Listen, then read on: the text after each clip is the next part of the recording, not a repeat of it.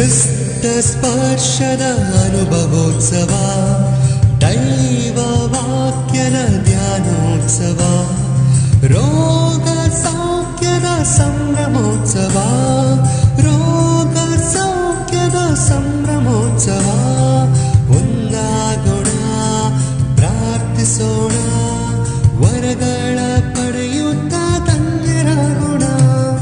ಆಶೀರ್ವಾದೋತ್ಸವ, ಇದು ಆಶೀರ್ವಾದೋತ್ಸವ, ಆಶೀರ್ವಾದೋತ್ಸವ, ಇದು ಆಶೀರ್ವಾದೋತ್ಸವ.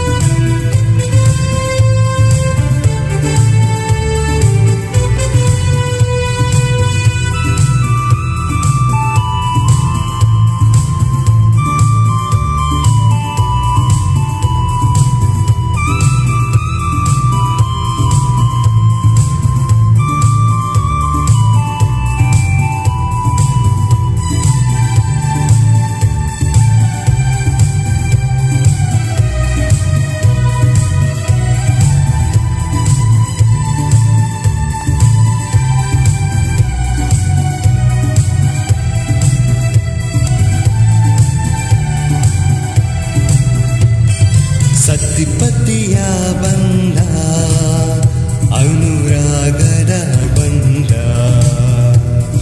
ದೇವರು ಕೂಡಿಸಿದ ಬೇರ್ಪಡಿಸದ ಸಂಬಂಧ. ಸತಿಪತಿಯ ಬಂದ, ಅನುರಾಗದ ಅನುಬಂಧ, ದೇವರು ಕೂಡಿಸಿದ ಬೇರ್ಪಡಿಸದ ಸಂಬಂಧ. ಜಪ ತಪವಿರುವ ಮನೆಯು, ಯೇಸು ಬಾಳುವ ದೇವಾಲಯವು. ಜಪ ತಪವಿರುವ ಮನೆಯು, ಯೇಸು ಬಾಳುವ ದೇವಾಲಯವು.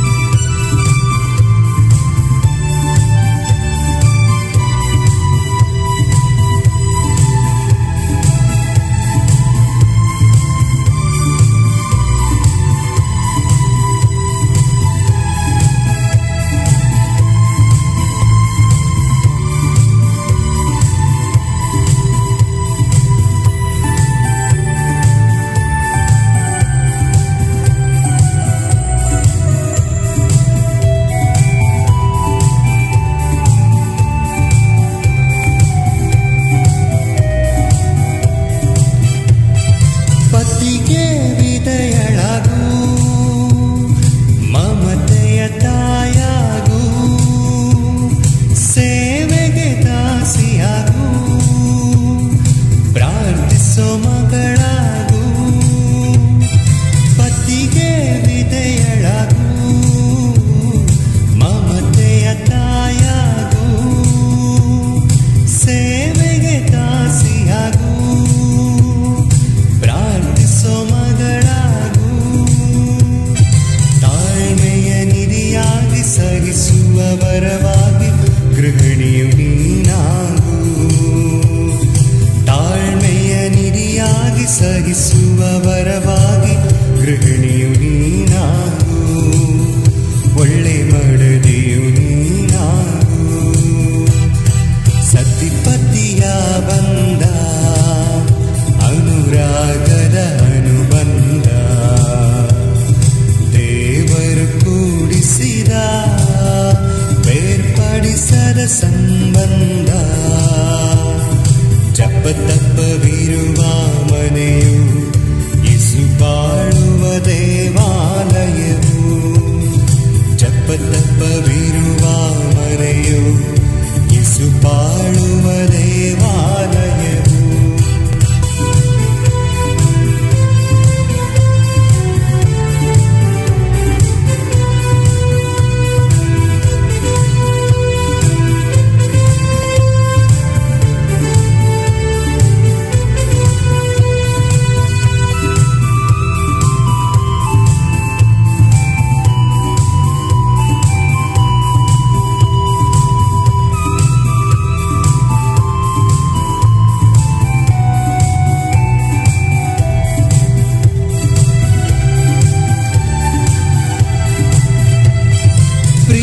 ಪ್ರೀತಿಸೋ ಪತಿಯಾಗು, ದುಡಿಯುವ ಗಂಡಾಗು,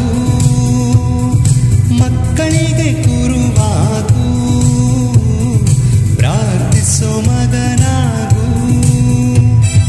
ಪ್ರೀತಿಸೋ ಪತಿಯಾಗು,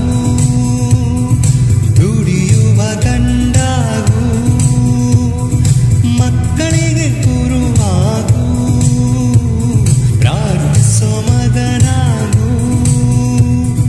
ತಾಳ್ಮೆಯ ನಿಧಿಯಾಗಿ ಸಹಿಸುವ ವರವಾಗಿ ಯಜಮಾನ ನೀನಾಗು. ತಾಳ್ಮೆಯ ನಿಧಿಯಾಗಿ ಸಹಿಸುವ ವರವಾಗಿ ಯಜಮಾನ ನೀನಾಗು. ಒಳ್ಳೆ ಪತಿಯು ನೀನಾಗು.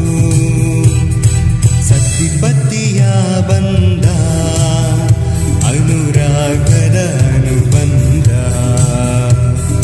ದೇವರು ಕೂಡಿಸಿದ ಬೇರ್ಪಡಿಸದ ಸಂಬಂಧ.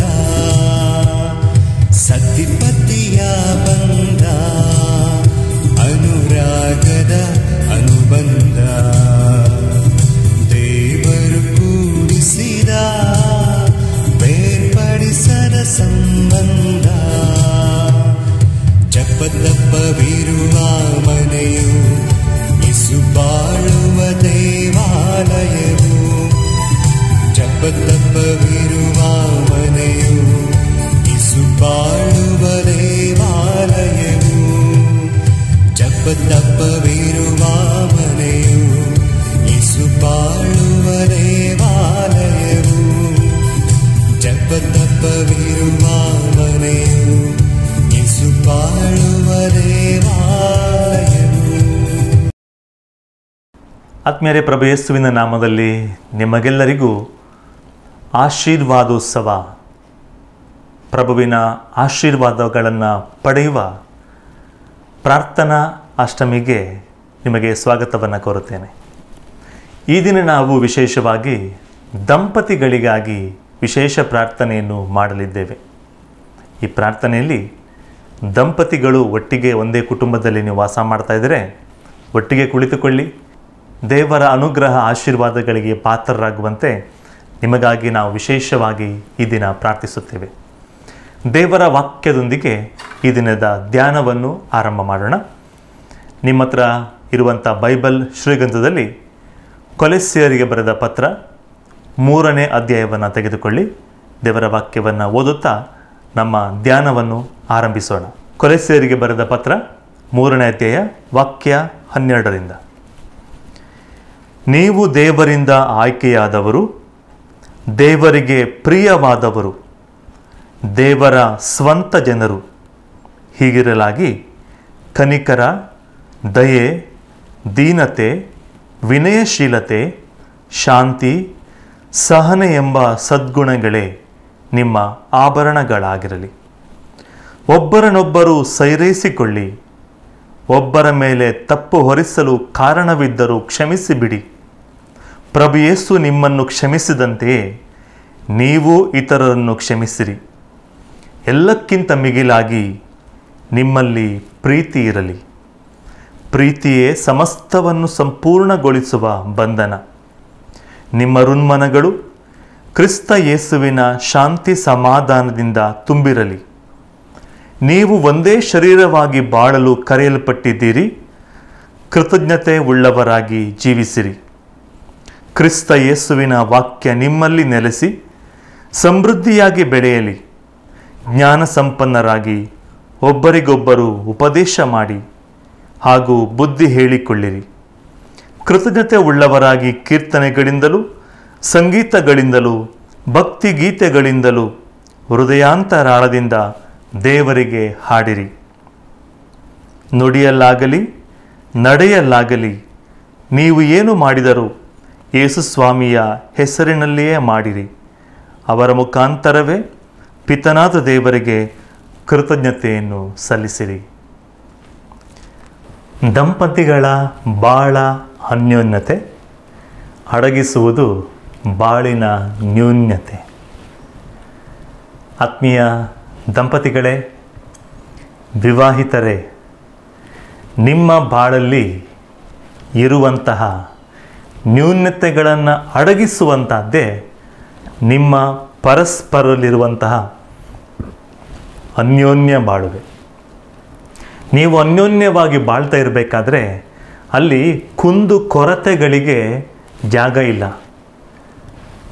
ಹೇಗೆ ನಿಮ್ಮ ವಿವಾಹ ಜೀವನ ಒಂದು ಆಶೀರ್ವಾದ ಭರಿತ ಅನ್ಯೋನ್ಯ ಬಾಳುವೆ ನಡೆಸಲು ಇನ್ನೊಬ್ಬರಿಗೂ ಪ್ರೇರಣೆ ಕೊಡಬೇಕು ಎಂಬುದರ ಬಗ್ಗೆ ನಮ್ಮ ಧ್ಯಾನವನ್ನು ಮಾಡುತ್ತಾ ಈಗ ಆಲಿಸಿರುವಂಥ ದೇವರ ವಾಕ್ಯದ ಆಧಾರದಲ್ಲಿ ಸ್ವಲ್ಪ ಹೊತ್ತು ನಮ್ಮ ಧ್ಯಾನವನ್ನು ಮುಂದುವರಿಸೋಣ.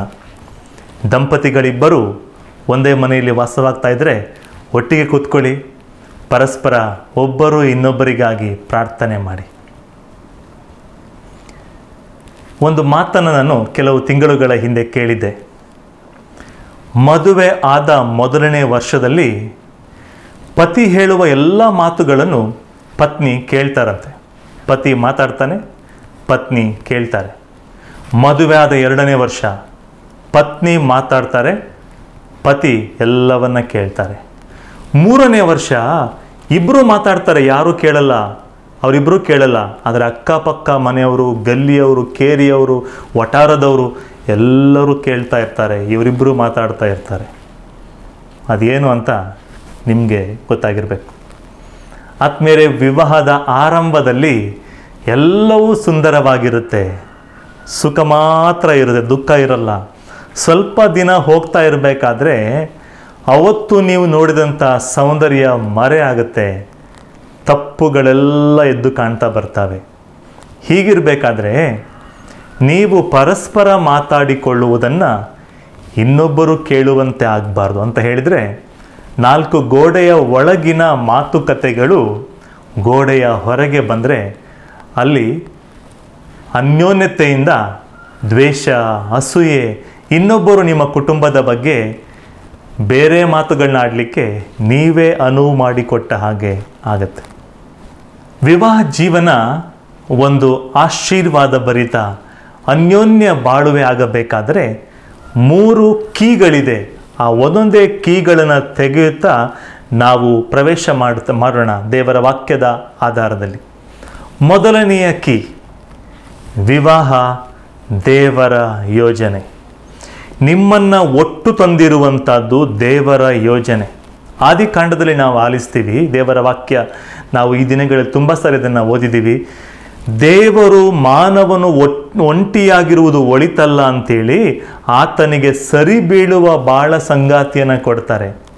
ಈಗ ನಿಮ್ಮೊಂದಿಗೆ ಇರುವಂಥ ಬಾಳ ಸಂಗಾತಿ ನಿಮಗೆ ಸರಿ ಬೀಳದೇ ಇರುವವರಲ್ಲ, ಸರಿ ಬೀಳುವವರೇ. ಎಲ್ಲೋ ಒಂದು ಕಡೆ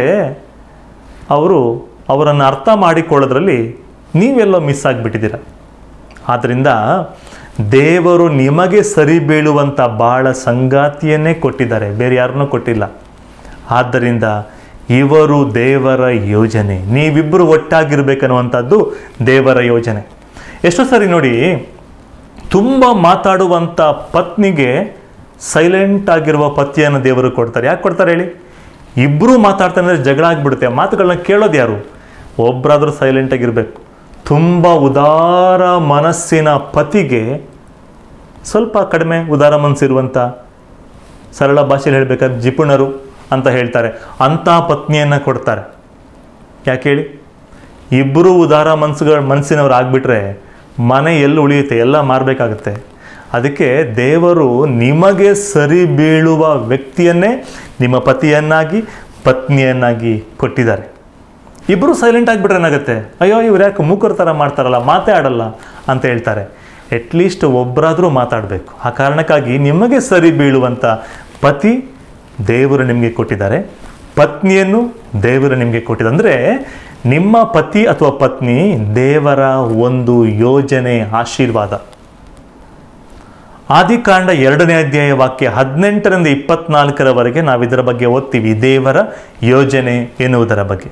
ಸಂತ ಪೌಲರು ಕೊರಿಂಥಿಯರಿಗೆ ಬರೆದ ಮೊದಲನೇ ಪತ್ರ 13ನೇ ಅಧ್ಯಾಯ 4ರಿಂದ 8ರಲ್ಲಿ ಓದ್ತಾ ಹೋದರೆ ಸಂತ ಪೌಲರು ಹೇಳ್ತಾರೆ, ವಿವಾಹ ಜೀವನದಲ್ಲಿ ಏನು ಮುಖ್ಯವಾಗಿ ಬೇಕು, ದೇವರ ಯೋಜನೆ ಈಡೇರಬೇಕಾದ್ರೆ ಏನು ಬಹಳ ಮುಖ್ಯವಾಗಿ ಬೇಕು ಅಂತ. ಅದರ ಬಗ್ಗೆ ನಾವು 2ನೇ ಕೀಯಲ್ಲಿ ಸ್ವಲ್ಪ ಆಲೋಚನೆ ಮಾಡ್ತಾ ಬರೋಣ. 2ನೇ ಕೀ ಯಾವುದು? ಇಲ್ಲಿ ಪರಿಪೂರ್ಣತೆ ಇಲ್ಲ, ಎಲ್ಲವೂ ಅಸಂಪೂರ್ಣತೆ. ನೀವು ಪರಿಪೂರ್ಣತೆಯನ್ನು ಹುಡುಕಬೇಡಿ. ಇದೇ ಎರಡನೆಯ ಕೀ. ಆತ್ಮೀಯರೇ, ದೇವರು ಮಾನವನನ್ನು ಸೃಷ್ಟಿ ಮಾಡಿದಾಗ ಯಾರೂ ಪರ್ಫೆಕ್ಟಾಗಿ ಸೃಷ್ಟಿ ಮಾಡಿಲ್ಲ. ಈ ಭೂಮಿಯ ಮೇಲೆ ಪರ್ಫೆಕ್ಟ್ ಹಸ್ಬೆಂಡ್ ಅಂತ ಇಲ್ಲವೇ ಇಲ್ಲ, ಪರ್ಫೆಕ್ಟ್ ವೈಫ್ ಅಂತ ಇಲ್ಲವೇ ಇಲ್ಲ. ಎಲ್ಲರಲ್ಲೂ ಒಂದಲ್ಲ ಒಂದು ಕಡಿಮೆತನ ಇದ್ದೇ ಇರುತ್ತೆ. ಅದಕ್ಕೆ ನೀವು ಒಟ್ಟಿಗೆ ಜೀವಿಸ್ಬೋದು. ಪರ್ಫೆಕ್ಟಾಗಿ ಇದ್ಬಿಟ್ಟಿದ್ರೆ ಒಟ್ಟಿಗೆ ಇರ್ಲಿಕ್ಕೆ ಆಗ್ತಾ ಇರಲಿಲ್ಲ. ನೋಡಿ, ಪತಿಯ ಮೇಲೆ ತಪ್ಪುಗಳನ್ನ ಹೇಳ್ತಾ ಹೋಗ್ಬೇಕಾದ್ರೆ ಆತ ಪತ್ನಿಯ ತಪ್ಪನ್ನು ಹುಡುಕ್ತಾ ಬರ್ತಾ. ನೋಡಿ, ತಪ್ಪುಗಳಿರೋದ್ರಿಂದಲೇ ಒಟ್ಟಿಗೆ ಇದ್ದೀರಾ ನೀವು. ತಪ್ಪುಗಳಂತ ಹುಡುಕ್ತಾ ಹೋಗಬೇಡಿ, ಬದಲಾಗಿ ಒಪ್ಪುಗಳನ್ನು ಹುಡುಕಿ. ಪರಿಪೂರ್ಣತೆ ಇಲ್ಲ ಇಲ್ಲಿ.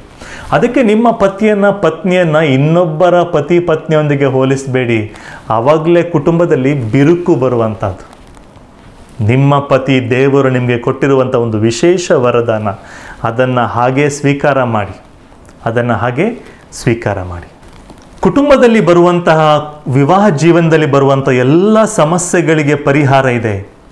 ತಾಳ್ಮೆಯಿಂದ ಅವುಗಳ ಬಗ್ಗೆ ಸ್ವಲ್ಪ ಗಮನ ಹರಿಸಿದರೆ ಪರಿಹಾರ ಅಲ್ಲೇ ಸಿಗುತ್ತೆ. ಯಾರ ಹತ್ರನ ಹೋಗ್ಬೇಕಂತ ಇಲ್ಲ. ಸ್ವಲ್ಪ ತಾಳ್ಮೆ ಬೇಕು ಅಷ್ಟೇ ಮನುಷ್ಯನಿಗೆ, ಸ್ವಲ್ಪ ತಾಳ್ಮೆ ಬೇಕು. ದೇವರು ಒಬ್ಬ ವ್ಯಕ್ತಿಯನ್ನು ಇನ್ನೊಬ್ಬರಂತೆ ಸೃಷ್ಟಿ ಮಾಡಿಲ್ಲ. ಎಲ್ಲರೂ ವಿಭಿನ್ನ. ಆ ಕಾರಣದಿಂದ ನೋಡಿ, ಎಲ್ಲರ ಫಿಂಗರ್ ಪ್ರಿಂಟ್ಸ್ ವಿಭಿನ್ನವಾಗಿದೆ. ಈ ಪ್ರಪಂಚದಲ್ಲಿ ಎಷ್ಟೋ ಜನ ಬಂದರು ಹೋದರು, ಇನ್ನೂ ತುಂಬ ಜನ ಬರಲಿಕ್ಕಿದ್ದಾರೆ. ಪ್ರತಿಯೊಬ್ಬರ ಫಿಂಗರ್ ಪ್ರಿಂಟ್ಸ್ಗಳು ಬೇರೆ ಬೇರೆ. ದೇವರು ಒಬ್ಬರನ್ನು ಇನ್ನೊಬ್ಬರಂತೆ ಸೃಷ್ಟಿ ಮಾಡಿಲ್ಲ. ಆ ಕಾರಣದಿಂದ ಆತ್ಮೀಯರೇ, ನಿಮ್ಮ ಪತ್ನಿಯನ್ನು ಇನ್ನೊಬ್ಬರ ಪತ್ನಿಯೊಂದಿಗೆ ಹೋಲಿಸಬೇಡಿ.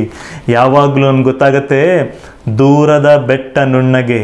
ಇನ್ನೊಬ್ಬರ ಮನೆಯಲ್ಲಿರುವಂಥ, ಹೊಲದಲ್ಲಿರುವಂಥ, ಅಂಗಳದಲ್ಲಿರುವಂಥ ಹುಲ್ಲು ಯಾವಾಗಲೂ ಹಸಿರಾಗಿನೇ ಕಾಣುತ್ತೆ. ಹತ್ತಿರ ಹೋದಾಗ ನಮ್ಗೆ ಗೊತ್ತಾಗತ್ತೆ, ಅಲ್ಲಿ ಹಸಿರಾಗಿರುವಂಥ ಹಸಿರು ಹುಲ್ಲಿನಲ್ಲಿ ಹಸಿರಾಗಿರುವ ನಾಚಿಕೆ ಮುಳ್ಳಿದೆ. ದೂರದಲ್ಲಿ ಕಾಣಿಸಲ್ಲ, ಹತ್ತಿರ ಹೋದಾಗ ಮಾತ್ರ ಗೊತ್ತಾಗುತ್ತೆ. ಆದ್ದರಿಂದ ಕೊರತೆ ಇಲ್ಲದೆ ಇರುವಂಥ ಕುಟುಂಬ ಭೂಮಿಯ ಮೇಲೆ ಇಲ್ಲ. ನಿಮ್ಮದೊಂದೇ ಕುಟುಂಬ ಅಲ್ಲ, ಎಲ್ಲ ಫ್ಯಾಮಿಲಿಯಲ್ಲೂ ಹಾಗೇನೆ. ಆದರೆ ನಿಮ್ಮ ಕುಟುಂಬದಲ್ಲಿ ಅನ್ಯೋನ್ಯತೆಯಿಂದ ಜೀವಿಸ್ತಾ ಬಂದರೆ, ಕುಟುಂಬದಲ್ಲಿರುವಂಥ ನ್ಯೂನ್ಯತೆಗಳನ್ನು ಒಳಗಿಟ್ಟು ದೇವರಿಗೆ ಅರ್ಪಿಸುತ್ತಾ ಪ್ರತಿದಿನ ನಿಮ್ಮ ಜೀವನ ಯಾತ್ರೆ ಮುಂದೆ ಸಾಗಲಿಕ್ಕೆ ನಿಮ್ಮ ಪ್ರಾರ್ಥನೆ ನಿಮಗೆ ನೆರವಾಗುತ್ತೆ. ಅದರಿಂದ ಪರ್ಫೆಕ್ಟ್ ಇದುವರೆಗೆ ಎಲ್ಲೂ ಇಲ್ಲ. ತಪ್ಪುಗಳನ್ನು ಹುಡುಕ್ತಾ ಹೋಗ್ಬಿಟ್ರೆ ಸಂತೋಷದ ಹಲವು ಕ್ಷಣಗಳನ್ನು ಮರ್ತೋಗ್ಬಿಡ್ತೀರ ನೀವು. ಆದ್ದರಿಂದ ತಪ್ಪು ಮಾಡಿದ್ದೀರಾ, ತಕ್ಷಣ ಒಪ್ಕೊಂಬಿಡಿ. ಒಂದು ಸರಿ ನಕ್ಬಿಡಿ ನಿಮ್ಮ ತಪ್ಪಿನ ಮೇಲೆ, ಏನಾಗಲ್ಲ. ಪರಸ್ಪರನ್ನು ಕ್ಷಮಿಸಿ, ತಪ್ಪುಗಳನ್ನು ಒಪ್ಪಿಕೊಳ್ಳಿ, ಕ್ಷಮಿಸಿ, ಕ್ಷಮೆ ಕೊಡಿ. ಮೂರನೆಯ ಕೀ ಪ್ರೀತಿ ಎಂಬ ತಳಹದಿಯ ಮೇಲೆ ವಿವಾಹವನ್ನು ಕಟ್ಟಿ ಉಳಿಯುವುದು, ಅದು ಗಟ್ಟಿ. ಯಾವುದರ ತಳಹದಿಯ ಮೇಲೆ ನಿಮ್ಮ ವಿವಾಹವನ್ನು ಕಟ್ತೀರಾ? ಹಣದ ಮೇಲೆ, ಶಿಕ್ಷಣದ ಮೇಲೆ, ನಿಮ್ಮ ಜ್ಞಾನದ ಮೇಲೆ, ಕುಟುಂಬದ ಹಿನ್ನೆಲೆಯ ಮೇಲೆ ನಿಮ್ಮ ವಿವಾಹವನ್ನು ಕಟ್ತೀರಾ? ಸೌಂದರ್ಯದ ಮೇಲೆ ಕಟ್ತೀರಾ? ನಿಮ್ಮ ವಿವಾಹ ಕುಸಿದು ಹೋಗುತ್ತೆ.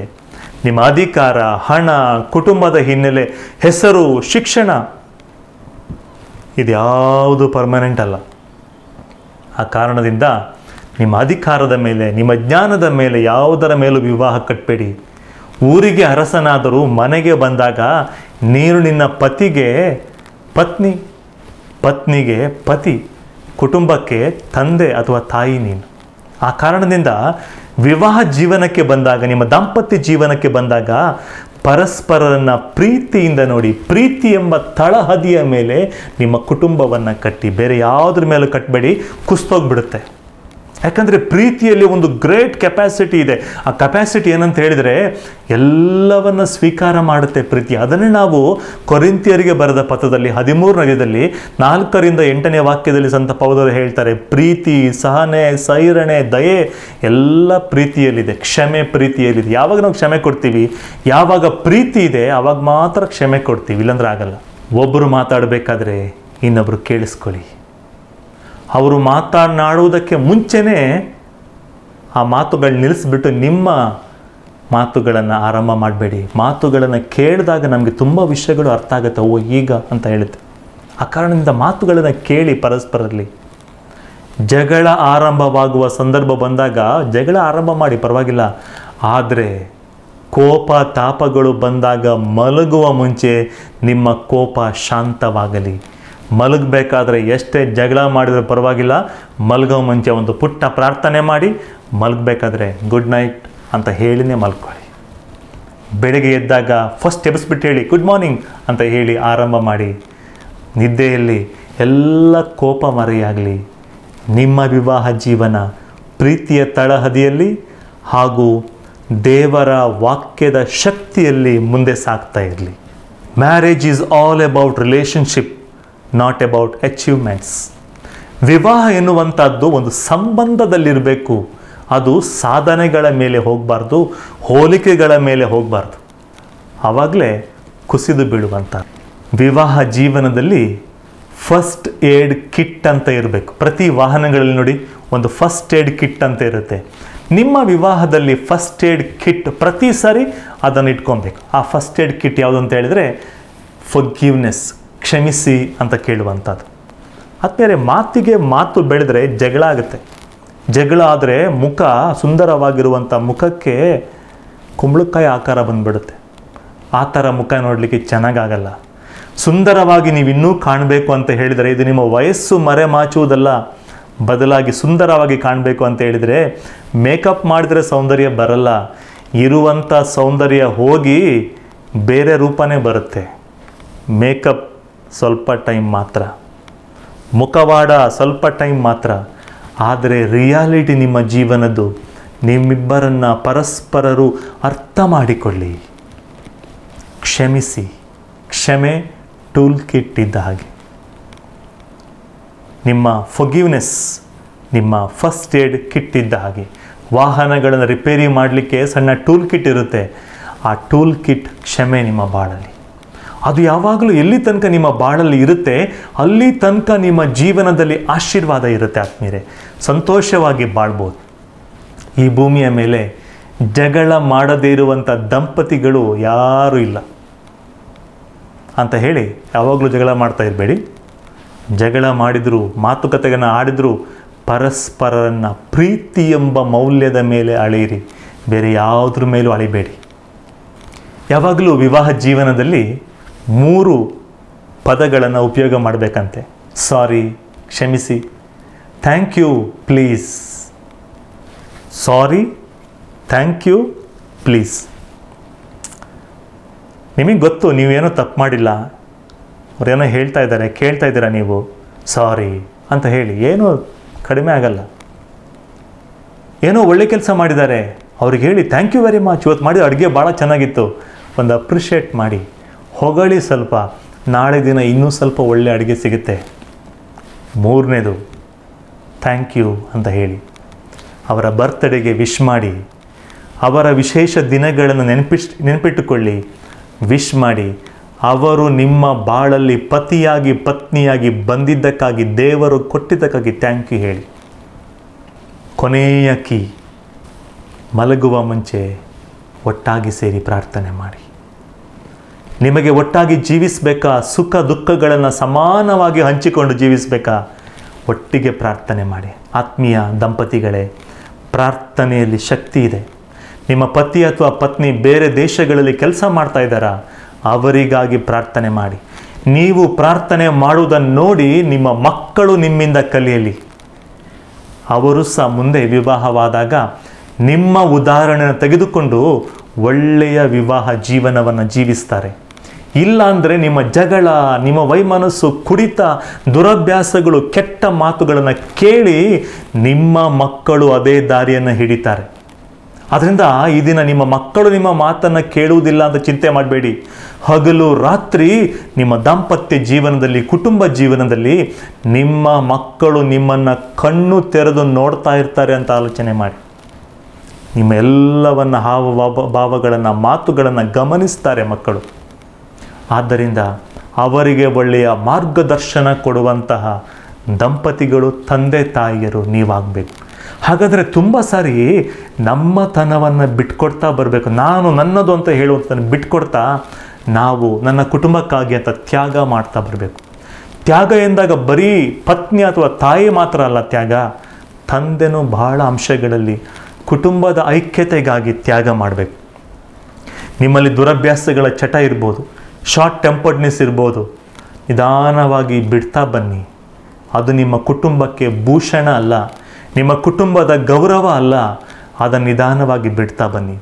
ನಿಮಗೆ ನೆರವಿನ ಹಸ್ತ ಬೇಕಾದರೆ ಹಲವಾರು ವ್ಯಕ್ತಿಗಳು ನೆರವಾಗಲಿಕ್ಕೆ ಸಿದ್ಧರಾಗಿದ್ದಾರೆ. ಅವರಲ್ಲಿ ನೆರವಿನ ಹಸ್ತವನ್ನು ಕೇಳಿ. ಬರೀ ಆರ್ಥಿಕ ನೆರವು ಅಲ್ಲ ಆತ್ಮೀಯರೇ, ಊಟದ ನೆರವು ಮಾತ್ರ ಅಲ್ಲ, ಬದಲಾಗಿ ಕೌನ್ಸಿಲಿಂಗ್, ಸಹಾಯ, ಪ್ರಾರ್ಥನೆ, ಸಮಾಲೋಚನೆ ನೆರವನ್ನು ಕೇಳ್ತಾ ಬನ್ನಿ ಪರಸ್ಪರರಲ್ಲಿ. ಆ ನೆರವು ನಿಮಗೆ ಸಿಕ್ಕಿದರೆ ನಿಧಾನವಾಗಿ ನಿಮ್ಮ ವಿವಾಹ ಜೀವನದಲ್ಲಿ ಪರಿಪೂರ್ಣತೆಯ ಕಡೆಗೆ ಪಯಣವನ್ನು ನಡೆಸ್ಬೋದು. ನಿಮ್ಮನ್ನು ನೋಡಿ ಹೊರಗಡೆಯವರು ಮಾತಾಡಲಿಕ್ಕೆ ಬಿಡಬೇಡಿ, ನೀವೇ ಅದರ ಮುಂಚೆ ನೀವೇ ಮಾತಾಡ್ಕೊಳ್ಳಿ. ಒಂದು ಸಣ್ಣ ಸಮಸ್ಯೆಯಿಂದಾಗಿ ಕುಟುಂಬದಿಂದ ಬೇರೆ ಆಗಿದ್ದೀರಾ, ನಿಮ್ಮ ಪತಿ ಪತ್ನಿಯಿಂದ ದೂರ ಇದ್ದೀರಾ, ವಾಪಸ್ ಬರುವ ಸಮಯ ಇದು. ಯಾಕಂದರೆ ದೇವರು ನಿಮ್ಮನ್ನು ಬೇರೆ ಆಗಲಿಕ್ಕೆ ಕರೆದಿದ್ದಲ್ಲ, ಬದಲಾಗಿ ಒಂದಾಗಲಿಕ್ಕೆ ನಿಮ್ಮನ್ನು ಕರೆದಿರುವಂಥದ್ದು. ಒಟ್ಟಿಗೆ ಬರಲಿಕ್ಕೆ ಪ್ರಯತ್ನ ಮಾಡಿ. ಅದೇ ಕುಟುಂಬ ಜೀವನ. ಇದರ ಮುಖಾಂತರ ನೀವು ನಿಮ್ಮ ಮಕ್ಕಳಿಗೆ ದೇವರ ಆಶೀರ್ವಾದಗಳ ಬಗ್ಗೆ ತಿಳಿಸ್ತೀರಾ, ದೇವರು ಆಶೀರ್ವಾದ ಕೊಡ್ತಾರೆ ಎಂಬುದನ್ನು ತಿಳಿಸ್ತೀರಾ. ಆದ್ದರಿಂದ ಕ್ಷಮೆ, ಪ್ರೀತಿ, ಪರಸ್ಪರರೊಂದಿಗೆ ಮಾತನಾಡುವುದು, ಈ 3 ಅಂಶಗಳು ಯಾವಾಗಲೂ ನಿಮ್ಮಲ್ಲಿ ಇರಲಿ. ದೇವರು ನಿಮ್ಮನ್ನು ಆಶೀರ್ವದಿಸ್ತಾರೆ, ಹರಿಸ್ತಾರೆ. ವಿವಾಹದ ಬಗ್ಗೆ ದೇವರ ವಾಕ್ಯ ನಮಗೆ ಕೊಡುವಂಥ 3 ಕೀಗಳು. ವಿವಾಹದ ಬಗ್ಗೆ ದೇವರ ವಾಕ್ಯ ಕೊಡುವಂಥ 3 ಕೀಗಳು. ಒಂದೊಂದೇ ಓದ್ತಾ ಹೋಗೋಣ ನಾವು. ಹಿಬ್ರಿಯರಿಗೆ ಬರೆದ ಪತ್ರ 13ನೇ ಅಧ್ಯಾಯ ವಾಕ್ಯ 4ರಲ್ಲಿ, ಹಿಬ್ರಿಯರಿಗೆ ಬರೆದ ಪತ್ರ 13ನೇ ಅಧ್ಯಾಯ ವಾಕ್ಯ 4ರಲ್ಲಿ, ವಿವಾಹವು ನಿಷ್ಕಳಂಕವಾಗಿರಬೇಕು. ಕಳಂಕ ರಹಿತವಾಗಿರಬೇಕು. ಓದೋಣ ದೇವರ ವಾಕ್ಯವನ್ನು. ವಿವಾಹ ಸಂಬಂಧವನ್ನು ಎಲ್ಲರೂ ಗೌರವಿಸಬೇಕು. ದಂಪತಿಗಳ ಸಂಬಂಧವು ನಿಷ್ಕಳಂಕವಾಗಿರಬೇಕು. ಎರಡನೆಯದು, ಹಿಬ್ರಿಯರಿಗೆ ಬರೆದ ಪತ್ರ 13ನೇ ಅಧ್ಯಾಯ ವಾಕ್ಯ 5. ಹಿಬ್ರಿಯರಿಗೆ ಬರೆದ ಪತ್ರ 13ನೇ ಅಧ್ಯಾಯ ವಾಕ್ಯ 5. ಹಣದಾಸೆಗೆ ಬಲಿಯಾಗಬೇಡಿ, ನಿಮಗೆ ಇರುವುದರಲ್ಲಿಯೇ ತೃಪ್ತರಾಗಿರಿ. ತೃಪ್ತಿ ಬೇಕು ಮನುಷ್ಯನಿಗೆ. ತೃಪ್ತಿ ನಿಮ್ಮಲ್ಲಿ ಏನಿದೆ ಅದಕ್ಕೆ ಸಂತೋಷಪಡಿ. ಇನ್ನೊಬ್ಬರೊಂದಿಗೆ ಹೋಲಿಸ್ತಾ ನನಗೆ ಅದು ಬೇಕು ಇದು ಬೇಕು ಅಂತ ಹೇಳ್ತಾ ಹೋಗಬೇಡಿ. ನಿಮಗೆ ಕೊಟ್ಟಿರುವಂಥ ಪತಿ ಪತ್ನಿಯನ್ನು ಗೌರವಿಸಿ, ಅವರ ಮಾತುಗಳನ್ನು ಕೇಳಿ, ಅವರ ಭಾವನೆಗಳನ್ನ ಅರ್ಥ ಮಾಡ್ಕೊಳ್ಳಿ. ಅವರ ಅನಾರೋಗ್ಯದಲ್ಲಿ, ಸಂತೋಷದಲ್ಲಿ, ದುಃಖದಲ್ಲಿ ಎಲ್ಲ ಸಮಯದಲ್ಲೂ ಜೊತೆ ಇರಿ. ಮೂರನೇದು, ಮತ್ತಾಯನ ಶುಭ ಸಂದೇಶ 19ನೇ ವಾಕ್ಯ 5ರಲ್ಲಿ, ಪತಿ ಪತ್ನಿಯರ ಸಂಬಂಧ ಪವಿತ್ರವಾಗಿರುವಂಥದ್ದು. ವಿವಾಹ ಸಂಬಂಧದಲ್ಲಿ ಪಾವಿತ್ರತೆಯನ್ನು ಕಾಪಾಡಿ. ಕೆಟ್ಟ ಮಾತುಗಳ ಉಪಯೋಗ ಕ್ರೈಸ್ತ ಕುಟುಂಬಗಳಿಗೆ ಸಲ್ಲದಲ್ಲ. ಇನ್ನೊಬ್ಬರ ಬಗ್ಗೆ ಇಲ್ಲ ಸಲ್ಲದನ್ನು ಮಾತಾಡುವುದು ಸಲ್ಲುವುದಲ್ಲ ನಮಗೆ. ನಾವು ನಮ್ಮ ಕುಟುಂಬಗಳ ಬಗ್ಗೆ ದೃಷ್ಟಿ ಹರಿಸುತ್ತಾ, ನಿಮ್ಮ ವಿವಾಹ ಜೀವನವನ್ನು ಸರಿಪಡಿಸಿಕೊಳ್ಳುತ್ತಾ, ಇಡೀ ಕುಟುಂಬದೊಂದಿಗೆ ಮುಂದೆ ಹೋಗುವಂಥ ಕ್ರೈಸ್ತ ಜೀವನ ನೀವೆಲ್ಲರೂ ಜೀವಿಸಬೇಕು. ಹಾಗಾದರೆ ಅದಕ್ಕೆ ಒಂದು ಮೂಲವಾಗಿರುವಂಥ ಮೇನ್ ಮಾಸ್ಟರ್ ಕೀ ಇದೆ, ಅದೇ ಪ್ರಾರ್ಥನೆ. ನಾವಿಬ್ಬರು ನಮಗಿಬ್ಬರು, ನಮ್ಮ ಮಧ್ಯೆ ಇರಬೇಕು ಯೇಸು ಮತ್ತು ಮರಿಯ ಇಬ್ಬರು. ನೀವಿಬ್ಬರು ನಿಮಗಿಬ್ಬರು, ನಿಮ್ಮ ಮಧ್ಯೆ ಇರಬೇಕು ಯೇಸು ಮತ್ತು ಮರಿಯ ಇಬ್ಬರು. ಪ್ರತಿದಿನ ತಪ್ಪದೆ ಕುಟುಂಬ ಪ್ರಾರ್ಥನೆಯಲ್ಲಿ ಪತಿ ಪತ್ನಿಯ ಹೆಸರನ್ನು ಕರೆದು ಪ್ರಾರ್ಥನೆ ಮಾಡಲಿ. ದೇವರಲ್ಲಿ ಪತ್ನಿ ಪತಿಯ ಹೆಸರನ್ನು ಕರೆದು ಪ್ರಾರ್ಥನೆ ಮಾಡಲಿ. ಪತಿ ಪತ್ನಿಯರಿಬ್ಬರು ಮಕ್ಕಳ ಹೆಸರನ್ನು ಕರೆದು ಸಮರ್ಪಣೆ ಮಾಡಿ ಜಪಸರದ 5 ರಹಸ್ಯಗಳನ್ನು ಧ್ಯಾನಿಸಬೇಕಾದ್ರೆ ಒಂದೊಂದು ರಹಸ್ಯಗಳನ್ನು ಒಬ್ಬೊಬ್ಬರ ಹೆಸರಿಡಿದು ಪ್ರಾರ್ಥನೆ ಮಾಡಿ. ದೇವರು ನಿಮ್ಮ ಕುಟುಂಬದಲ್ಲಿ ಪವಾಡವನ್ನು ಮಾಡ್ತಾರೆ. ಆತ್ಮೀಯರೇ, ನಿಮ್ಮ ಕುಟುಂಬ ಜೀವನವನ್ನು ಸಮರ್ಪಣೆ ಮಾಡಿ ಬನ್ನಿ ಪ್ರಾರ್ಥಿಸೋಣ. ಸುಮಾರು 300ಕ್ಕೂ ಹೆಚ್ಚು ದಂಪತಿಗಳು ತಮ್ಮ ಹೆಸರನ್ನು ಕೊಟ್ಟಿದ್ದಾರೆ. ಆದಷ್ಟು ಹೆಸರುಗಳನ್ನ ಓದ್ತೀನಿ. ಅವರಿಗಾಗಿ ನಾವು ಪ್ರಾರ್ಥನೆ ಮಾಡೋಣ. Hallelujah, hallelujah, hallelujah, hallelujah, hallelujah, hallelujah. ಪ್ರಭೇಸುವೆ, ನಿಮಗೆ ವಂದನೆ, ಸ್ತೋತ್ರ, ಆರಾಧನೆಗಳನ್ನ ಸಲ್ಲಿಸ್ತೀವಿ. ಈ ದಂಪತಿಗಳೆಲ್ಲರ ಮೇಲೆ ನಿಮ್ಮ ಆಶೀರ್ವಾದವನ್ನು ಸುರಿಸುವಂತೆ ನಾವು ಪ್ರಾರ್ಥಿಸ್ತೀವಿ.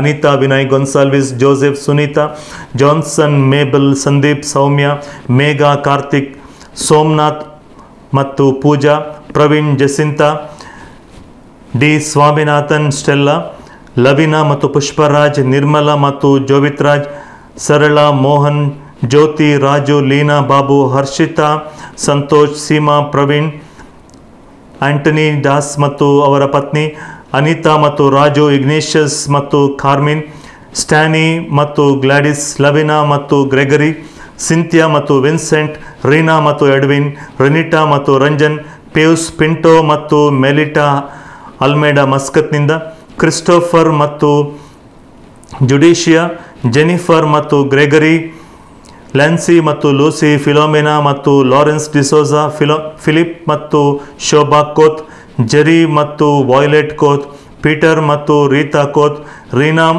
ಆ್ಯಂಡ್ ಕ್ಲೈನ್, ಜೋಸೆಫ್ ಲೋಬೋ, ರಾಜೇಶ್ ಮತ್ತು ಬೀನಾ ಬಾನ್ಸ್, ರೂಪಾ ಮತ್ತು ಸ್ಟೀವನ್ ಫುಟ್ಟಾಡೋ, ಆಶಾ ಮತ್ತು ಜಾನ್ ಕೋತ್, ಪ್ರಶಾಂತ್ ಆ್ಯಂಡ್ ದೀಪ್ತಿ ಡಿಕಾಸ್ಟಾ, ಲ್ಯಾನ್ಸಿ, ಕಿರಣ್ ಡಿಸೋಜಾ ಮತ್ತು ಶಿಲ್ಪಾ ಫೆರ್ನಾಂಡಿಸ್, ಮಂಗಳೂರು, ಲಾರೆನ್ಸ್ ಮತ್ತು ಗ್ರೇಸಿ ಫೆರ್ನಾಂಡಿಸ್, ಸಾಸ್ತಾನ್, ಸಿರಿಲ್, ಸುವರ್ಣ ರಸ್ರಾದ, ಉದ್ಯಾವರ, ರೀಟಾ ಮತ್ತು ಜೋಸೆಫ್ ಕೊಪ್ಪ, ನಾಗೇಶ್ ಮತ್ತು ಶೀಲಾ, ತುಕಾರಾಮ್ ಮತ್ತು ರೇಷ್ಮಾ, ಕೃಷ್ಣ ಮತ್ತು Kavita, Ambrose, Veera, Henry, Mabel, Rudolf, Shanti, Dolphy, Lavina, John, Priscilla, Wilson, Shanti, Neville, Sunita, Dolphy, Preeti, Anita, Agnes D'Souza, Anil and Agnes D'Souza, Anil and Edna, Ajit ಮತ್ತು ಫ್ರಿನಿಟಾ, ಜಾನ್ ಮತ್ತು ಮೋನಿಕಾ ಲೋಪೆಸ್, ಶಾಂತಾರಾಮ್ ಮತ್ತು Usha, Vincent, Mabel, Vivek, Janhvi, Prakash, Natalia, Mark, Jodi, Norbert, Annette, John, Rohan, Lolita, Vijay, Jyoti, Antony, Mary, Jayaraj, Anthony Raj, Rashmi, Philip, Remindia, Naveen, Flinta, Rojan ಮತ್ತು Mary, ಪಾಶಾವ್ ಮತ್ತು Fatima, Maxi, ಸಂತಾನ್, Baptist, ಕೋಶು, Peter ಮತ್ತು Riya, John, Meera, Francis ಮತ್ತು Martin, Royston, Rita, Patrick, Antony, Colin, Prashant, Asha, Rexon, Aliya, Pradeep, Nikita, Rufina, Melvin, Reena, Naveen, Sarita, William, Gracy, Johnson, Preeti, Cyril, Hilda, Johnson, Nisha, Steven, Wilma, Wilson, Sherry, Victor, Vidya, Victor, Lily, Allen, Rita, Cyril, Kitty, Dolphy, Lily, Macklin ಮತ್ತು Seraphim, Vincy ಮತ್ತು Agnel, Maria ಮತ್ತು Norman, Antony, Suma, Rex, Thomas ಮತ್ತು Fatima, Lawrence ಮತ್ತು Catherine, Sunil ಮತ್ತು Avin, ಸ್ಯಾಲ್ವಿನ್ ಮತ್ತು Sonia, Matthew ಮತ್ತು ಸುಬೇದ್ರ, Michael, Felix Pereira ಮತ್ತು Philomena Pereira, John ಮತ್ತು ಲೂಸಿ ಫೆರ್ನಾಂಡಿಸ್, ಫೆಡ್ರಿಕ್ ಮತ್ತು ಸೆಲಿನ್ ಪಿರೇರಾ, ಕ್ಲೇರಿ ಮತ್ತು ಟೀನಾ ಪಿರೇರಾ, ಪೀಟರ್ ಮತ್ತು ರೋಮನ್ ಫೆರ್ನಾಂಡಿಸ್, ರೂಪಿತ್ ಮತ್ತು Vinita D'Souza, Nirmala, Yogesh, Gretta, Anil Lopes, Stella, Cyril, Roshan, Cyprian, Christina D'Souza, Vincent, Reshma, Lancy, Mary, Stany, Priscilla, Michael, Rani, Melvin, Wilma D'Souza, Roshan, Priscilla D'Almeida, Valerian, Veena, Pinto, Sunita, Gracian, Pais, Violet, Trani, Gracy, Tony, Leena, Roshan, Asha, Alan, Arun, Lidwin, Janet, Shyam, cilia, Appu, Purnima, Ravi, Ramya, Raju, ಸಂಧ್ಯಾ, ಸುನಿಲ್, ಅನು, Srikanth, ಜಾಸ್ಲಿನ್, ಬ್ರಿಜಿತ್, Chandni, Pasha, Anith, Roshan, Pushpa, ರಾಕ್ಸನ್, Rodrigues, Danny, ಮೇರಿ, William, flora ಫುಟ್ಟಾಡೋ, Leslie ಮತ್ತು ಜೆನಿವಿವ್, ಲೆಸ್ಟನ್ ಮತ್ತು ವೀನಾ, ಆಟ್ಸನ್, ಅನಿತಾ, ರಾನಿ ಮತ್ತು ರುಫೀನಾ, Vinci ಮತ್ತು Sunita, mark ಮತ್ತು ಲೀನಾ, ಸಂದೇಶ್ ಮತ್ತು ಅನಿತಾ, ಶೈಲೇಶ್ ಮತ್ತು ಫ್ಲಾವಿಯಾ, ರಾಜೇಶ್ ಮತ್ತು ನಿಲಿಮಾ, ಸ್ಟ್ಯಾನಿ ಮತ್ತು zeta, Vincent ಮತ್ತು ಸವಿತಾ, ಜಾನ್ ಮತ್ತು ಫಿಲೋಮಿನಾ, ಪ್ರಕಾಶ್ ಆ್ಯಂಡ್ ರೀನಾ, ಸೆಲ್ವರಾಜ್ ಮತ್ತು ಮಹಾದೇವಿ, ಸಂತು ಮತ್ತು ಸಿಂಥಿಯಾ, ಡ್ಯಾನಿ, ವಿಲ್ಮಾ, ರಾನಿ ಮತ್ತು ಅರ್ಪಿತಾ, ಆಂಟನಿ ಮತ್ತು ರೋಸಿ, ಆಶಾ ಮತ್ತು ಜಾರ್ಜ್ ಫುಟಾಡೋ, ಶೀಲಾ ಮತ್ತು ಜಾರ್ಜ್ ಡಿಸೋಜಾ, ಲೂವಿಸ್ ಮತ್ತು ಜೆಸಿಂತಾ, ಮೋನಿಕಾ ಮತ್ತು ರಿಚರ್ಡ್, ಫಿಲೋಮೆನಾ ಮತ್ತು ಡೆನಿಸ್ ಡಿಸೋಜಾ, ಜ್ಯೋತಿ ಮತ್ತು ಜಾರ್ಜ್, ರೆನಿ ಮತ್ತು ಸಾಲು ಡಿಸೋಜಾ, ಮೇರಿ ಮತ್ತು ವಿಜಯ್, ಮೋಂತು ಮತ್ತು ಲೀಲಾ, ಆಂಟನಿ ಮತ್ತು ಸೆಲಿನ್, ಆಶಾ ಮತ್ತು ಪರಶುರಾಮ್, ನಾರ್ಮನ್ ಮತ್ತು ಮರಿಯಾ, ಸೆಬಾಸ್ಟಿನ್ ಮತ್ತು ಕವಿತಾ, ಮೇರಿ ಮತ್ತು ಜಾನ್, ಸ್ವಾತಿ ಮತ್ತು ಪ್ರಕಾಶ್, ಜೆ ಮಂಜುನಾಥ್ ಮತ್ತು ಕುಟುಂಬ, ವಾಸುದೇವ್ ಮತ್ತು ಕುಟುಂಬ, ಸಕ್ಪಲ್ ಮತ್ತು ಕುಟುಂಬ, ಸತೀಶ್ ಜಿ ರಾವ್ ಮತ್ತು ಕುಟುಂಬ, ಮಮತಾ ಲಾರೆನ್ಸ್ ಮತ್ತು ಕುಟುಂಬ, ಜಗನ್ನಾಥ್ ಪೂಜಾರಿ ಮತ್ತು ಕುಟುಂಬ. ಇವರ ಈ ಎಲ್ಲ ದಂಪತಿಗಳಿಗಾಗಿ ಹಾಗೂ ಇನ್ನೂ ಹಲವು ಹೆಸರುಗಳಿದೆ, ಅವರೆಲ್ಲ ದಂಪತಿಗಳನ್ನು ಸಮರ್ಪಣೆ ಮಾಡುತ್ತಾ ಅವರ ದಾಂಪತ್ಯ ಜೀವನವನ್ನು ಅರ್ಪಿಸುತ್ತಾ ನಾವು ಪ್ರಾರ್ಥಿಸೋಣ. ದಂಪತಿಗಳೇ, ಈ ದಿನ ನಿಮ್ಮ ದಾಂಪತ್ಯ ಜೀವನದ ಏರುಪೇರುಗಳ ಮಧ್ಯೆ ಪ್ರಭು ಯೇಸುವಿನ ವಿಶೇಷ ಆಶೀರ್ವಾದ ಪಡೆಯುವಂಥ ಸಮಯ ಇದು. ನಿಮ್ಮ ದಾಂಪತ್ಯ ಜೀವನವನ್ನು ಸಮರ್ಪಣೆ ಮಾಡಿ. ನಿಮ್ಮ ದಾಂಪತ್ಯ ಜೀವನದ ಏರುಪೇರುಗಳಲ್ಲಿ ಪ್ರಭುವಿಗೆ ಎಲ್ಲವನ್ನು ಸಮರ್ಪಣೆ ಮಾಡಿ. ನಿಮ್ಮನ್ನು ಒಟ್ಟುಗೂಡಿಸದ ದೇವರು ನಿಮ್ಮನ್ನು ಮುನ್ನಡೆಸುತ್ತಾರೆ. ನಿಮ್ಮನ್ನು ಒಟ್ಟಿಗೆ ತಂದ ದೇವರು ನಿಮ್ಮನ್ನು ಕೊನೆಯ ತನಕ ನಿಮ್ಮನ್ನು ಅನ್ಯೋನ್ಯತೆಯಲ್ಲಿ ಮುನ್ನಡೆಸುತ್ತಾರೆ. ನಿಮ್ಮನ್ನು ಅನ್ಯೋನ್ಯತೆಯಲ್ಲಿ ನ್ಯೂನ್ಯತೆಗಳನ್ನು ದೂರ ಮಾಡಿ ಅನ್ಯೋನ್ಯ ಬದುಕಿನಲ್ಲಿ ಕರೆದುಕೊಂಡು ಹೋಗುತ್ತಾರೆ. ಪ್ರಭುವಿಗೆ ನಿಮ್ಮ ಜೀವನವನ್ನು ಸಮರ್ಪಣೆ ಮಾಡಿ. ನಿಮ್ಮ ಪತಿ ಹಾಗೂ ಪತ್ನಿ ಪಕ್ಕದಲ್ಲಿ ಇದ್ದರೆ ಪರಸ್ಪರ ಇಬ್ಬರು ಕೈಗಳನ್ನು ಹಿಡಿದುಕೊಳ್ಳಿ. ಯಾಕೆಂದರೆ ಆ ದಿನ ನೀವು ದೇವಾಲಯದಲ್ಲಿ ಪರಸ್ಪರರನ್ನು ಪ್ರಾಮಾಣಿಕವಾಗಿ ಗೌರವಿಸುತ್ತೇನೆಂದು ವಾಗ್ದಾನ ಮಾಡಿರಬೇಕಾದ್ರೆ ನಿಮಗೆ ಸುಖ ದುಃಖಗಳ ಅನುಭವ ಇರಲಿಲ್ಲ. ಇವತ್ತು ನಿಮ್ಮ ಜೀವನದಲ್ಲಿ ಆ ಅನುಭವಗಳಾಗಿದೆ. ಪರಸ್ಪರ ಕೈಯನ್ನು ಮತ್ತೆ ಹಿಡಿದುಕೊಳ್ಳಿ. ದೇವರಿಗೆ ಹಿಡಿದಿರುವ ಕೈಗಳನ್ನು ಸಮರ್ಪಣೆ ಮಾಡಿ, ಯೇಸುವೆ, ಈ ನನ್ನ ಪತಿಯೊಂದಿಗೆ ಪತ್ನಿಯೊಂದಿಗೆ ಒಟ್ಟಾಗಿ ಜೀವಿಸಲಿಕ್ಕೆ ನಿಮ್ಮ ಅನುಗ್ರಹ ಕೊಡಿ ಅಂತೇಳಿ ಪ್ರಾರ್ಥನೆ ಮಾಡಿ. ಈ ದಿನ ನೀವು ಹಿಡಿದಿರುವಂಥ ಕೈಗಳು ನಿಮ್ಮ ಜೀವನದ ಕೊನೆಯ ತನಕ ಕೇವಲ ವಿವಾಹ ಜೀವನವನ್ನು ಬೇರ್ಪಡಿಸುವಂಥದ್ದು ಮರಣ ಮಾತ್ರ, ಮಾನವ ಶಕ್ತಿಗಳು ಅಲ್ಲ ಆತ್ಮೀಯರೇ. ಆ ಕಾರಣದಿಂದ ಸಾಯುವ ತನಕ ಸುಖ ದುಃಖಗಳಲ್ಲಿ, ನೋವು ನಲಿವುಗಳಲ್ಲಿ, ಕಡಿಮೆತನಗಳಲ್ಲಿ ನೀವಿಬ್ಬರು ಒಟ್ಟಾಗಿ ಜೀವಿಸಲಿಕ್ಕೆ ದೇವರ ಅನುಗ್ರಹಕ್ಕಾಗಿ ಪ್ರಾರ್ಥಿಸೋಣ. ಬನ್ನಿ ಒಟ್ಟಾಗಿ ಸೇರಿ ಪ್ರಾರ್ಥನೆ. ನಿಮಗಾಗಿ ನಾನು ವಿಶೇಷ ಪ್ರಾರ್ಥನೆ ಮಾಡ್ತೀನಿ. ಬನ್ನಿ ಒಟ್ಟಾಗಿ ಸೇರಿ ನಾವು ಪ್ರಾರ್ಥಿಸೋಣ. Hallelujah, hallelujah, hallelujah, hallelujah, hallelujah, hallelujah, hallelujah. ಪ್ರಭು ಯೇಸುವೇ, ಈ ದಂಪತಿಗಳು ನಿಮ್ಮ ಕರಗಳಲ್ಲಿ ಅರ್ಪಿಸ್ತಾ ಇದ್ದೀನಿ. ಇವರ ಸುಖ ದುಃಖದ ಜೀವನದಲ್ಲಿ, ಬಾಳ ಸೋಲಿನಲ್ಲಿ, ಕಷ್ಟಗಳಲ್ಲಿ ಪರಸ್ಪರನ ಕ್ಷಮಿಸಲು, ಪ್ರೀತಿಸಲು ಇವರು ಹಿಂಜರಿದ ಕ್ಷಣಗಳಲ್ಲಿ ಪ್ರಭುವೇ ಇವರನ್ನು ಮುನ್ನಡೆಸಿರಿ. ಇವರ ಪ್ರತಿ ದಿನಗಳಲ್ಲಿ ಇವರನ್ನು ಆಶೀರ್ವದಿಸಿರಿ. ಇವರಲ್ಲಿರುವಂಥ ಎಲ್ಲ ದೈಹಿಕವಾಗಿರುವ, ಮಾನಸಿಕವಾಗಿರುವ ನ್ಯೂನತೆಗಳನ್ನು ತೆಗೆದುಹಾಕಿ ಇವರಿಗೆ ಆಶೀರ್ವಾದವನ್ನು ದಯಪಾಲಿಸಿರಿ. ಎಷ್ಟೋ ಜನ ದಂಪತಿಗಳು ವಿವಾಹ ಜೀವನದಲ್ಲಿ ಮಕ್ಕಳ ವರದಾನಕ್ಕಾಗಿ ದಿನ ಪ್ರಾರ್ಥನೆ ಮಾಡ್ತಾ ಇರ್ಬೋದು, ಸುಖ ದಾಂಪತ್ಯವಾಗಿ ಬೇಡ್ತಾ ಇರ್ಬೋದು. ತಮ್ಮ ಕುಟುಂಬದಲ್ಲಿರುವ ನ್ಯೂನತೆಗಳು ಕಡಿಮೆ ಆಗಲಿ, ಪತಿಯ ಕುಡಿತದಿಂದ ಬಿಡುಗಡೆ ಸಿಗಲಿ ಅಂತ ಪ್ರಾರ್ಥನೆ ಮಾಡ್ತಾ ಇರ್ಬೋದು. ಅವರೆಲ್ಲ ಕೋರಿಕೆ ಬೇಡಿಕೆ ನಿಮ್ಮ ಕರಗಳಲ್ಲಿ ಇಡ್ತಾ ಇದ್ದೀನಿ. ಇವರ ದಾಂಪತ್ಯವನ್ನು ಆಶೀರ್ವದಿಸುವಂತೆ ಪ್ರಾರ್ಥಿಸ್ತೀನಿ. ಪ್ರಭು ಯೇಸುವೇ, ಈ ಸಂದರ್ಭದಲ್ಲಿ ಯಾರೆಲ್ಲ ಪ್ರಾರ್ಥನೆ ಮಾಡ್ತಾ ಇದ್ದಾರೆ ಎಲ್ಲ ದಂಪತಿಗಳ ಮೇಲೆ ನಿಮ್ಮ ಆಶೀರ್ವಾದ ಇಳಿದು ಬರಲಿ. ಪ್ರಭುವಿನ ಆಶೀರ್ವಾದ ಈ ದಂಪತಿಗಳ ಮೇಲೆ ಇಳಿದು ಬಂದು ಇವರನ್ನು ಪ್ರತಿಕ್ಷಣ ಪ್ರತಿದಿನ ಕಾಪಾಡಲಿ. ಇವರ ವಿವಾಹ ಜೀವನವನ್ನು ಗಟ್ಟಿಗೊಳಿಸಲಿ. ಪ್ರೀತಿ ಎಂಬ ತಳಹದಿಯ ಮೇಲೆ ಇವರು ಜೀವನವನ್ನು ಕಟ್ಟಲು ಬೇಕಾದ ಶಕ್ತಿಯನ್ನು ದಯಪಾಲಿಸುವಂತೆ ನಾನು ಪ್ರಾರ್ಥಿಸುತ್ತೇನೆ. ಆಮೇನ್. ಪ್ರೀತಿಯ ಮಕ್ಕಳೇ, ನಿಮ್ಮ ಮಮ್ಮಿ ಡ್ಯಾಡಿ, ಪಪ್ಪ ಮಮ್ಮಿ, ಅಮ್ಮ ಅಪ್ಪ ಈಗ ಪ್ರಾರ್ಥನೆ ಮಾಡ್ತಾ ಇದ್ದಾರಾ? ನೀವು ಅವರಿಗಾಗಿ ಒಂದು ಪುಟ್ಟ ಪ್ರಾರ್ಥನೆ ಮಾಡಬೇಕು.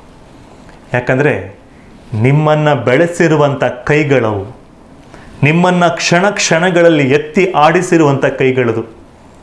ಅವರಲ್ಲೂ ಕಡಿಮೆತನ ಇದೆ. ಮಕ್ಕಳಾಗಿರುವ ನೀವು ನಿಮ್ಮ ಮಮ್ಮಿ ಡ್ಯಾಡಿಯಿಂದ ಎಲ್ಲವನ್ನು ಕೇಳ್ಕೊಂಡು ತಗೊಳ್ಳೋದು ಮಾತ್ರ ಅಲ್ಲ, ಅದು ATM ಮಿಷಿನ್ ಅಲ್ಲ. ಬದಲಾಗಿ ನೀವು ಅವ್ರಿಗೆ ಕೊಡಬೇಕು. ಏನು ಕೊಡಬೇಕು? ಮೊದಲನೇದಾಗಿ ಪ್ರೀತಿ ಕೊಡಬೇಕು. ಎರಡನೇದಾಗಿ ನಿಮ್ಮ ಪ್ರಾರ್ಥನೆ ಕೊಡಬೇಕು. ಮೂರನೇದಾಗಿ ನಿಮ್ಮ ಸಮಯವನ್ನು ನಿಮ್ಮ ಮಮ್ಮಿ ಡ್ಯಾಡಿಗೆ ಕೊಡಬೇಕು. ಅವ್ರ ಹತ್ರ ಮಾತಾಡಿ. ಬರೀ ಮೊಬೈಲ್ ಹತ್ರನೇ ಮಾತಾಡಬೇಡಿ. ಯಾವಾಗಲೂ ವಾಟ್ಸಪ್, ಫೇಸ್ಬುಕ್, ಯೂಟ್ಯೂಬ್ ನೋಡ್ತಾನೆ ಇರಬೇಡಿ. ಟಿಕ್ಟಾಕ್ ಮಾಡ್ತಾನೆ ಇರಬೇಡಿ. ಸ್ವಲ್ಪ ನಿಮ್ಮ ಪೋಷಕರನ್ನು ನೋಡಿ ಅವರಿಗಾಗಿ ಪ್ರಾರ್ಥನೆ ಮಾಡಿ. ನಿಮಗೂ ನಿಮ್ಮ ಪೋಷಕರಿಗಾಗಿ ಪ್ರಾರ್ಥನೆ ಮಾಡಬೇಕಂತ ಅನ್ನಿಸ್ತಾ ಇದೆಯಾ? ನಿನ್ನೆ ನಿಮ್ಮ ತಲೆ ಮೇಲೆ ಕೈ ಇಟ್ಟವ್ರು ಪ್ರಾರ್ಥನೆ ಮಾಡಿದ್ರಲ್ವಾ?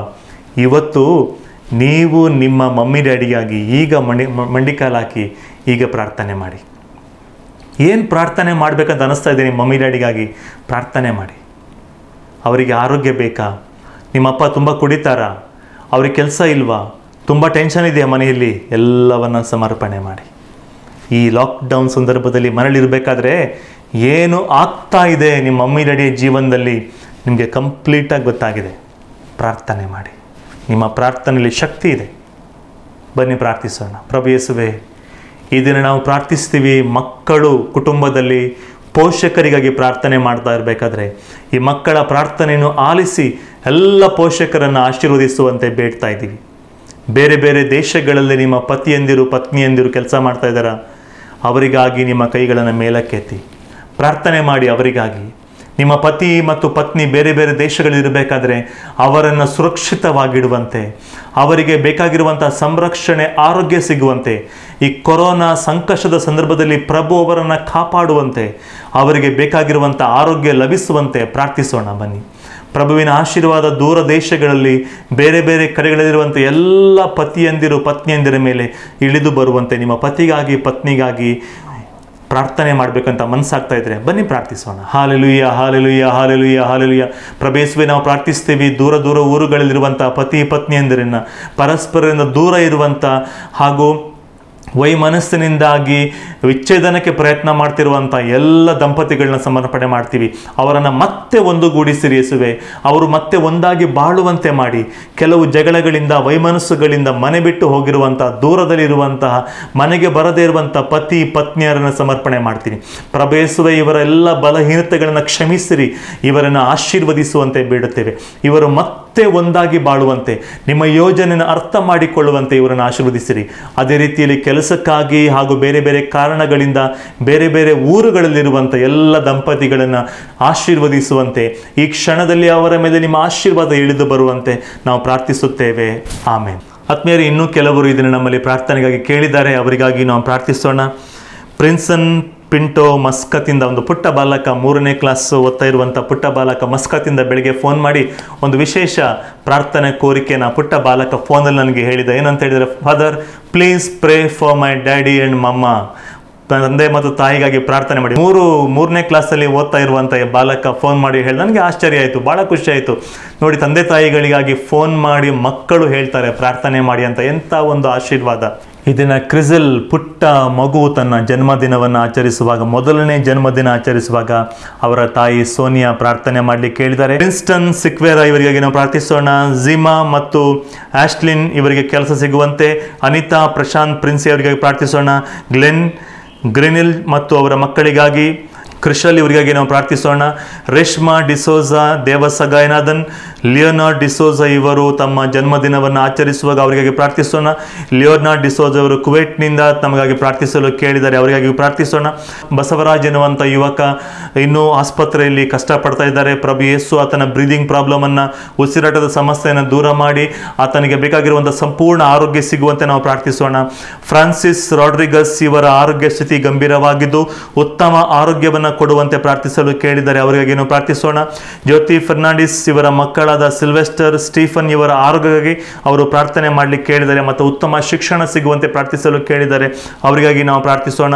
ಜೇಮ್ಸ್ ತನ್ನ ದ್ವಿತೀಯ PUC ಅಡ್ಮಿಷನ್ ಸಮಯದಲ್ಲಿ ಪರೀಕ್ಷೆ ಎದುರಿಸಲು ಶಕ್ತಿ ಕೊಡುವಂತೆ ಪ್ರಾರ್ಥಿಸಲು ಕೇಳಿದ್ದಾರೆ.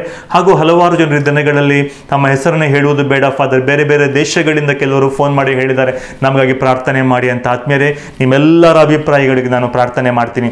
ಪ್ರಭು ಯೇಸು ನಿಮ್ಮನ್ನು, ನಿಮ್ಮ ಉದ್ದೇಶಗಳನ್ನು ಆಲಿಸುತ್ತಾ ಇದ್ದಾರೆ. ನಿಮಗೆ ಬೇಕಾದ ವರದಾನವನ್ನು ದಯಪಾಲಿಸುತ್ತಾರೆ.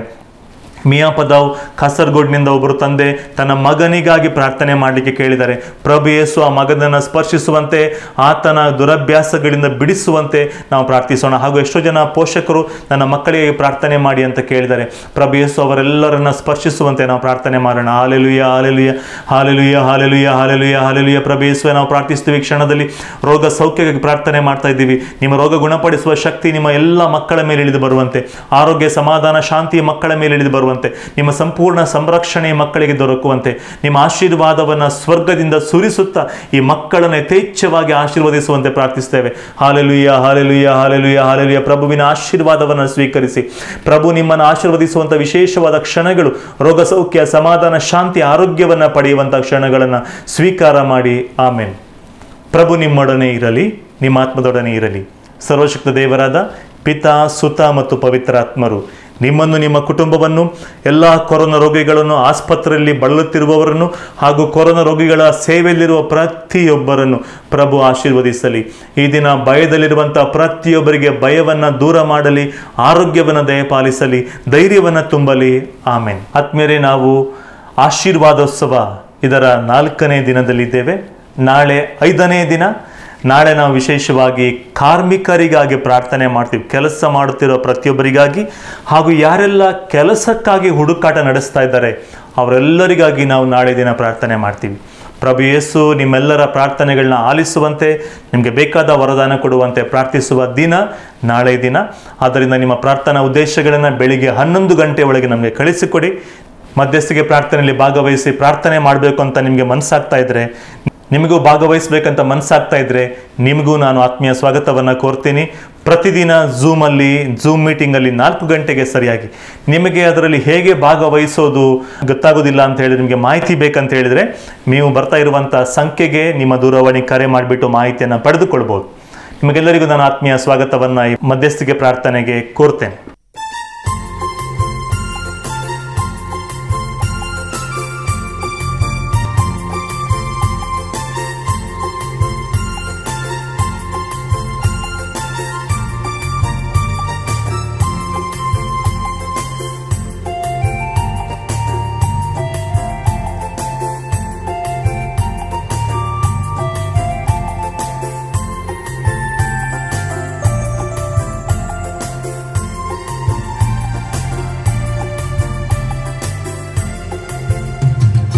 ಯೇಸು ಜೊತೆಗೆ ಬಾಳುವುದು ಎಷ್ಟು ಚಂದವೋ, ಯೇಸುವಿಗಾಗಿ ಬದುಕುವುದು ಎಂತ ಭಾಗ್ಯವೋ. ಯೇಸು ಜೊತೆಗೆ ಬಾಳುವುದು ಎಸವೋ, ಯೇಸುವಿಗಾಗಿ ಬದುಕುವುದು ಎಂತ ಭಾಗ್ಯವೋ. ಯೇಸು ನಾಮ ಹಾಡುವುದು ಎಷ್ಟು ಮಧುರವೋ, ಯೇಸು ನಾಮ ಹಾಡುವುದು ಎಷ್ಟು ಮಧುರವೋ. ಯೇಸು ನಾಮ ಸ್ತುತಿಸುವುದು ಮನಕ್ಕೆ ಶಾಂತಿಯು, ಯೇಸು ನಾಮ ಸ್ತುತಿಸುವುದು ಮನಕ್ಕೆ ಶಾಂತಿಯು. ಯೇಸುವೇ ನನ್ನ ಯೇಸುವೇ, ನೀ ಸಾಕು ನನ್ನ ಬಾಳಿಗೆ. ಯೇಸುವೇ ನನ್ನ ಯೇಸುವೇ, ನೀ ಸಾಕು ನನ್ನ ಬಾಳಿಗೆ.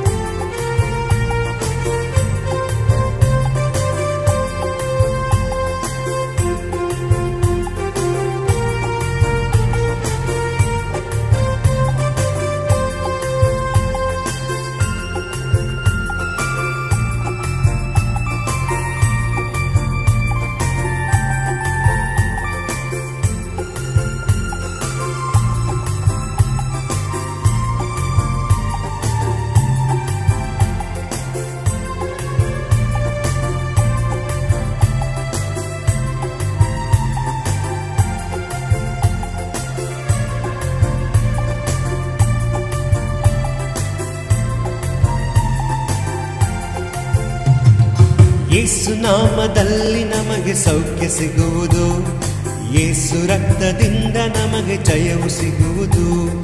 ಯೇಸು ನಾಮದಲ್ಲಿ ನಮಗೆ ಸೌಖ್ಯ ಸಿಗುವುದು, ಯೇಸು ರಕ್ತದಿಂದ ನಮಗೆ ಜಯವು ಸಿಗುವುದು. ಯೇಸು ವಾಕ್ಯದಿಂದ ತಾನೇ ಜೀವ ಬರುವುದು, ಯೇಸು ವಾಕ್ಯದಿಂದ ತಾನೇ ಜೀವ ಬರುವುದು. ಯೇಸು ಆತ್ಮದಿಂದ ತಾನೇ ಶಕ್ತಿ ಬರುವುದು, ಯೇಸು ಆತ್ಮದಿಂದ ತಾನೇ ಶಕ್ತಿ ಬರುವುದು. ಯೇಸುವೇ ನನ್ನ ಯೇಸುವೇ, ನೀ ಸಾಕು ನನ್ನ ಬಾಳಿಗೆ. ಯೇಸುವೇ ನನ್ನ ಯೇಸುವೇ, ನೀ ಸಾಕು ನನ್ನ ಬಾಳಿಗೆ.